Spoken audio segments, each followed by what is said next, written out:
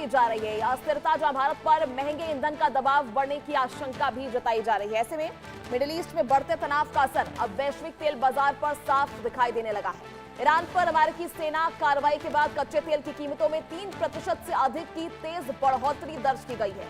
निवेशकों को आशंका है कि यदि तनाव और ज्यादा बढ़ा तो वैश्विक सप्लाई प्रभावित हो सकती है।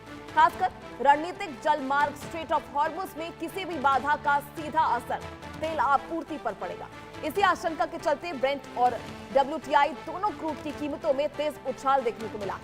तेल की कीमतों में यह तेजी भारत जैसे बड़े आयातक देशों के लिए भी चिंता का विषय है, क्योंकि इससे पेट्रोल और डीजल की लागत बढ़ने से महंगाई पर भी दबाव पड़ सकता है।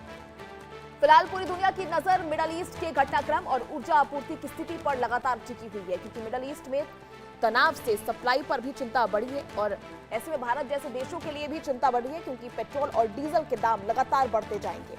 वैश्विक बाजार में अब अस्थिरता अनस्टेबिलिटी लगातार बढ़ती जा रही है।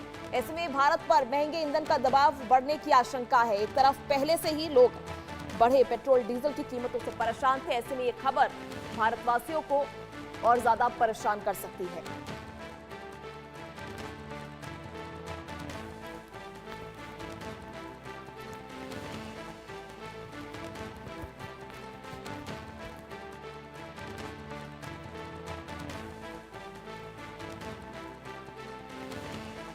तो ऐसे में वैश्विक बाजार में अस्थिरता बढ़ती हुई नजर आएगी और अगर ये तनावपूर्ण स्थिति और ज्यादा बढ़ी आगे तो ऐसे में ये आंकड़े और ज्यादा बढ़ सकते हैं। ईरान पर अमेरिकी हमले के बाद कच्चे तेल में उछाल देखा गया। ऐसे में ब्रेंट और WTI दोनों को लेकर 3% की बढ़ोतरी देखी गई है। ब्रेंट और WTI क्रूड में 3% बढ़ोतरी। ऐसे में मिडल ईस्ट तनाव से सप्लाई पर भी चिंता लगातार बढ़ी हुई है और सबसे ज्यादा